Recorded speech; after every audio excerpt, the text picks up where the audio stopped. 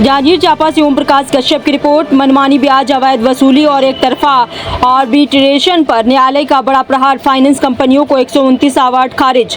जांजगीर चांपा के जिला न्यायालय ने बड़ी फैसला सुनाया है, जिसने निजी फाइनेंस कंपनियों की मनमानी पर बड़ा सवाल खड़ा कर दिया है। ऊंचे ब्याज, दबावपूर्ण वसूली और एक तरफा कानूनी कार्रवाई के खिलाफ जिला न्यायालय ने ऐतिहासिक फैसला सुनाते हुए फाइनेंस कंपनियों को बड़ा झटका दिया है। प्रधान जिला न्यायाधीश जयदीप गर्ग ने फाइनेंस कंपनियों के पक्ष में पारित 129 आर्बिट्रेशन अवार्ड को शून्य घोषित कर दिया। इस फैसले को उन किसानों, ग्रामीणों और आम परिवारों के लिए बड़ी राहत माना जा रहा है जो कर्ज के जाल, भारी ब्याज और कानूनी दबाव के बीच फंस गए थे। जानकारी के मुताबिक वाहन खरीदने के नाम पर निजी फाइनेंस कंपनियां ग्राहकों को हायर परचेज एग्रीमेंट के जरिए ऋण देती थी। आरोप है कि ऋणों पर 18 से 36% तक भारी ब्याज वसूला जाता था। किस्त चुकते ही वाहन जब्ती, वसूली और आर्बिट्रेशन की कार्रवाई शुरू कर दी जाती थी। इतना ही नहीं, स्थानीय क्षेत्र अधिकार को नजरअंदाज कर दूसरे राज्यों में अपनी मनमाफी का आर्बिट्रेटर नियुक्त किए जाते थे और वहीं से एक तरफा अवार्ड पारित कर लिए जाते थे। सुनवाई के दौरान न्यायालय ने पाया कि कई मामलों में ऋण ग्राहकों को पर्याप्त सूचना तक नहीं दी गई। उनकी उपस्थिति में आदेश पारित किए गए और बाद में उन्हीं के आधार पर निष्पादन याचिकाएं लगाकर कुर्की और वसूली की कार्रवाई शुरू की गई। अदालत ने इसे प्राकृतिक न्याय के सिद्धांतों और विधिक प्रक्रिया के खिलाफ माना। प्रधान जिला न्यायाधीश ने साफ कहा है कि मनमाना क्षेत्राधिकार और एक तरफा आर्बिट्रेशन कानून की नज़र में टिक नहीं सकता। इसी आधार पर न्यायालय ने सभी 129 अवार्ड और उनसे जुड़ी निष्पादन याचिकाओं को निरस्त कर दिया।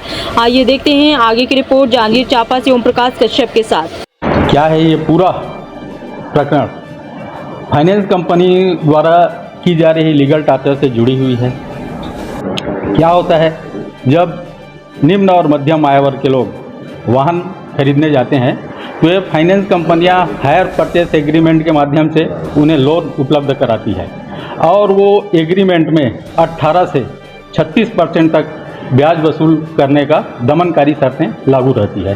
किसी कारणवश लोन की किस्त नहीं पटा पाते तो ये फाइनेंस कंपनियां उनके वाहन को अपने कब्जे में ले लेती हैं और दूसरे राज्यों जैसे तमिलनाडु, महाराष्ट्र, मध्य प्रदेश और पश्चिम बंगाल में अपने आर्बिट्रेटर नियुक्त कर एक तरफा अवार्ड पारित करा लेती हैं और उस अवार्ड के माध्यम से वसूली की कार्रवाई संचालित करती हैं।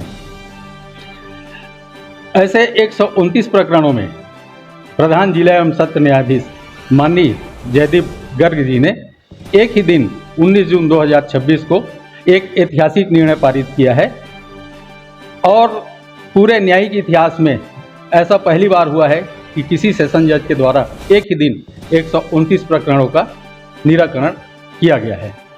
माननीय न्यायालय ने अपने आदेश से 129 परिवारों को इन फाइनेंस कंपनियों के जाल से मुक्ति दिलाई है और अपने आदेश में स्पष्ट किया है कि दूसरे राज्यों से नियुक्त आर्बिट्रेटर द्वारा पारित अवार्ड कानून की दृष्टि में प्रारंभ से ही शून्य है और ऐसे अवार्ड के आधार पर कोई वसूली की कार्रवाई संचालित नहीं की जा सकती।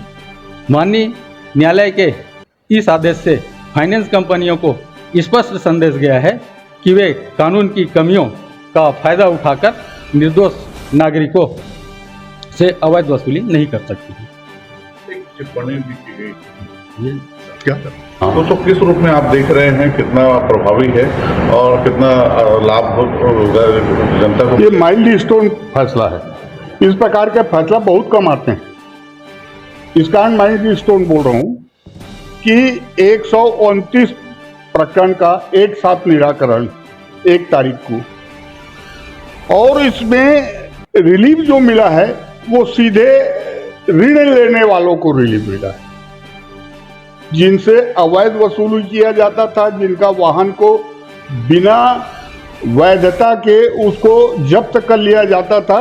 ये गरीबों से जो लूटने का, डकैती करने का, बैंक वालों का जो, फाइनेंस बैंक वालों का जो डकैती था, ये बंद हो गया इसमें। और ये इतना मजबूत फैसला है कि मुझे नहीं लगता कि ये किसी अदालत में परिवर्तित होगा, मुझे नहीं लगता।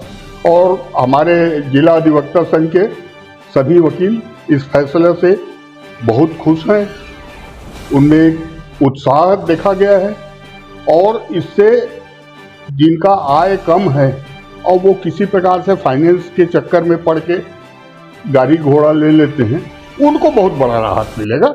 और ये सबसे बड़ी बात है कि गरीब लोगों को राहत मिलेगा, टूटे हुए आदमियों को सहारा मिलेगा।